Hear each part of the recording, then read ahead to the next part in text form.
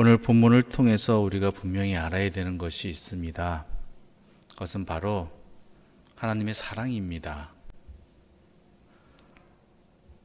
모든 성경의 내용이 하나님의 사랑이지만 그것이 또한 오늘 본문 속에서도 여실히 드러나는 것이 나타나 있습니다. 그것이 무엇인지는 우리가 함께 살펴보며 나누도록 하겠습니다.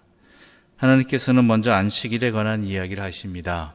안식일을 기억하여 거룩하게 지키라는 것이지요. 2절을 보면 이렇게 기록되어 있습니다. 2절과 3절의 말씀 함께 읽어보겠습니다. 2절과 3절입니다. 엿새 동안은 일하고 일곱째 날은 너희를 위한 거룩한 날이니 여호와께 엄숙한 안식일이라. 누구든지 이 날에 일하는 자는 죽일지니 안식일에는 너희 모든 처소에서 불도 피우지 말지니라. 아멘. 안식일의 의미는 먼저 하나님께서 우리에게 지키게 하신 거룩한 날이라는 의미가 있습니다.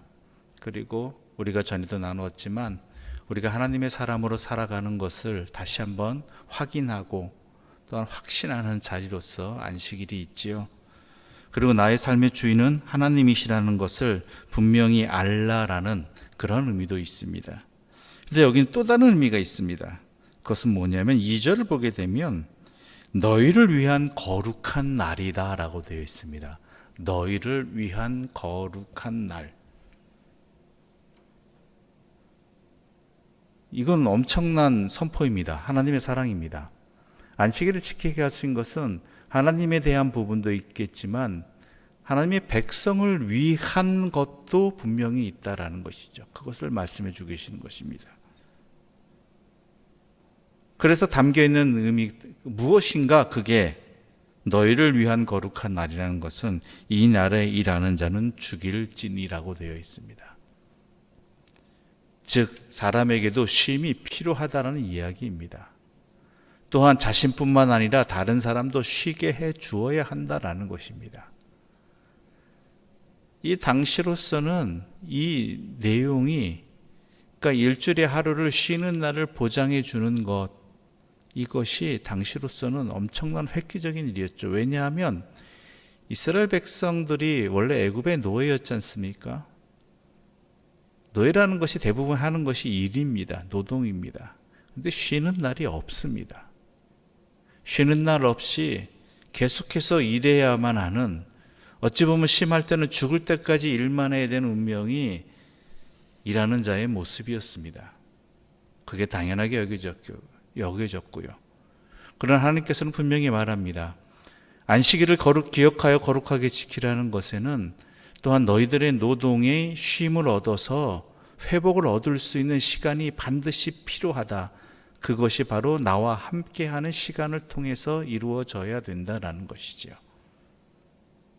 그래서 오늘 본문의 3절을 보게 되면 안식일에는 너희의 모든 처소에서 불도 피우지 말지니라 라고 되어 있습니다. 이건 엄청난 배려입니다.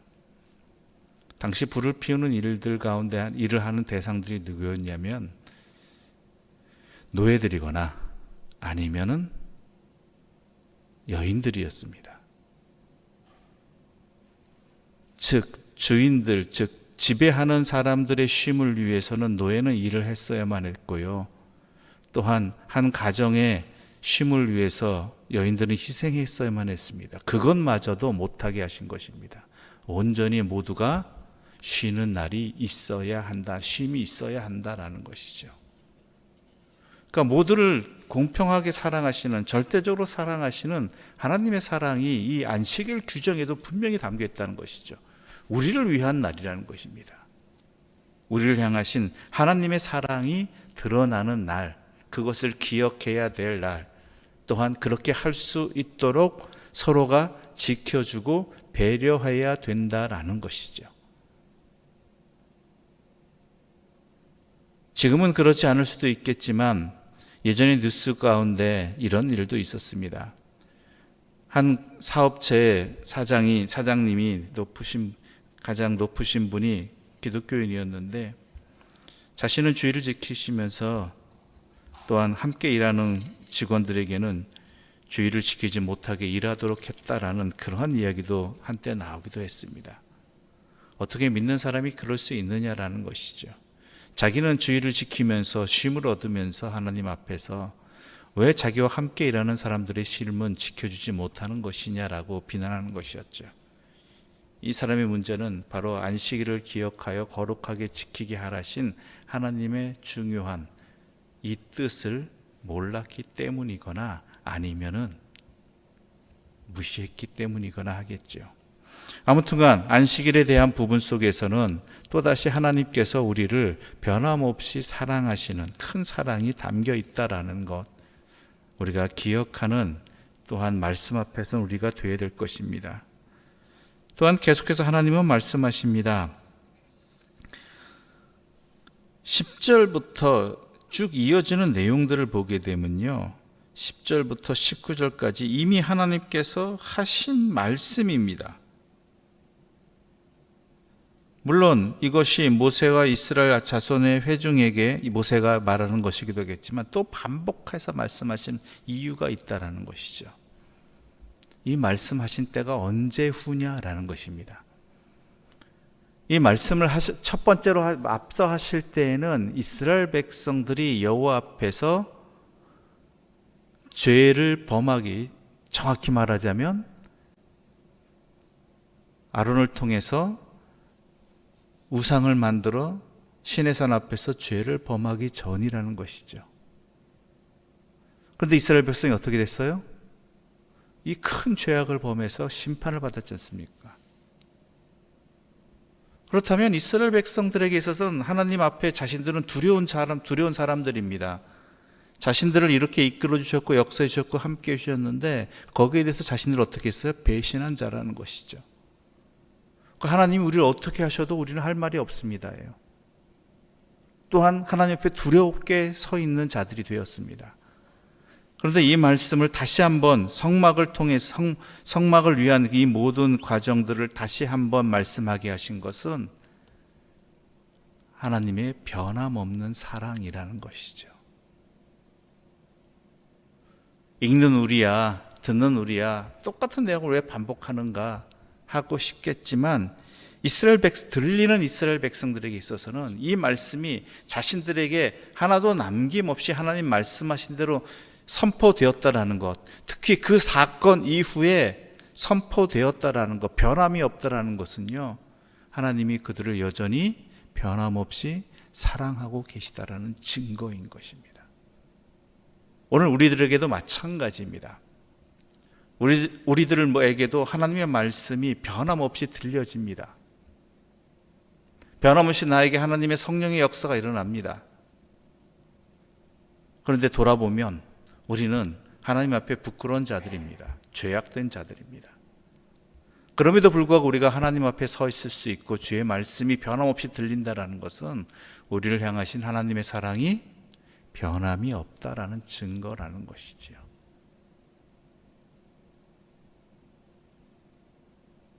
그래서 우리가 삶을 살아갈 수 있는 힘이 생기는 것입니다. 부끄러운 우리들이지만, 죄악된 우리들이지만 힘을 내어 살 수 있는 것은요, 내가 아니라 변함없는 하나님의 사랑이 그럼에도 불구하고 나와 함께 하시기 때문에, 여전히 나를 사랑하시는 주님의 음성이 나에게 들려지기 때문에 그렇다라는 것이죠. 그러니 물품을 드릴 때, 예물을 드릴 때, 봉헌할 때 이들이 기쁘고 감사한 마음으로 드리지 않았겠습니까? 그렇잖아요. 하나님의 사랑이 이렇게 증거되었는데 내가 하나님께 무엇을 드릴 수 있는 이것이 너무나 기쁜 일이고 감사한 일이고 행복한 일이기 때문에 가장 소중한 것도 즐거이 드릴 수 있다라는 것이죠. 우리 29절의 말씀 함께 읽겠습니다. 29절입니다. 함께 읽겠습니다. 마음에 자원하는 남녀는 누구나 여호와께서 모세의 손을 빌어 명령하신 모든 것을 만들기 위하여 물품을 드렸으니 이것이 이스라엘 자손이 여호와께 자원하여 드린 예물이니라. 아멘. 이 예물을 드릴 때 그들의 마음이 어땠는지를 생각해 보십시오. 그토록 하나님을 거역한 죄인임에도 불구하고 하나님의 진노가 어떠한지를 분명히 보았거든요. 경험했고 겪었고, 그럼에도 불구하고 그들에게 변함없는 하나님의 사랑이 느껴졌을 때, 전해졌을 때 이들은 자신이 하나님께 무엇을, 가장 소중한 것을 드릴 수 있다는 이것이 자원하는 일이 되어지고 즐거운 일이 되어지고 행복한 일이 되어진다는 것이죠. 예물드림이 바로 이런 의미가 있어야 되는 것입니다. 지난 한 주간의 내 삶을 돌아보았을 때 내가 하나님 앞에 부끄러움 없는 자였는가? 나의 부끄러운 모습에도 내 자신도 응답하지 못할 하나님 은혜에 합당하지 않은 자임에도 불구하고 하나님께서는 나를 불러주시고 변함없는 예배자로 세워주시고 하나님의 자녀로 주님께 예배 드릴 수 있도록 예배 말씀을 들려주시고 한다는 이 자체가 너무나 큰 기쁨이 되어서 자원하는 마음으로 주님 앞에 예물을 드리고 있느냐라는 것이죠. 하나님을 바라보고 있느냐라는 것이죠. 그 마음을 잃어버리면 이 예물드림의 진정한 의미를 놓쳐버리는 안타까운 심령이 되는 것입니다. 여러분 명심하십시오. 하나님은 변함없이 우리를 오늘도 사랑하고 계십니다. 그 사랑으로 인해서 우리는 살아갑니다. 그것을 항상 기억하시고 그 사랑 입은 자로서 또한 나와 같이 살아가는 이들도 주님이 나를 사랑하신 것처럼 그 사랑을 내가 받은 것처럼 그들을 위해 사랑할 수 있는 주의 사람들 되시기를 소망합니다. 거기에 하나님의 뜻이 있습니다. 기도드리겠습니다. 하나님 아버지 감사합니다. 오늘 우리들에게 이 반복되어지는 말씀 속에 담겨진 하나님의 변함없는 사랑을 우리에게 다시 한번 확신시켜 주시니 감사합니다. 우리가 주의를 지켜야만 하는 이유도 또한 우리가 주님 앞에 우리 자신을 드리는 것도 또한 주의 뜻대로 예배를 드리는 것도 다 우리를 향하신 하나님의 사랑이 있고 그 사랑이 우리의 죄악됨에도 불구하고 우리의 부끄러움에도 불구하고 변함없이 우리 주님은 나를 사랑하신다라는 이 사실을 다시 한번 확신시켜 주시는 하나님의 은혜의 손길임을 깨닫게 해주시니 감사합니다. 주여, 우리가 이것으로 힘을 얻게 해주시고 또한 이것으로 주님과 동행하며 살아가는 복을 누리게 하여 주시옵소서. 진정한 마음을 주시옵고 감사하는 마음과 사랑의 마음도 허락하여 주시옵소서. 예수님의 이름으로 기도드립니다. 아멘. 하늘에 계신 우리 아버지의 이름을 거룩하게 하시며 아버지의 나라가 오게 하시며 아버지의 뜻이 하늘에서와 같이 땅에서도 이루어지게 하소서.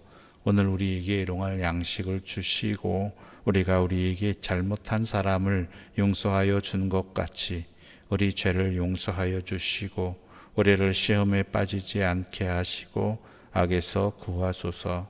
나라와 권능과 영광이 영원히 아버지의 것입니다. 아멘.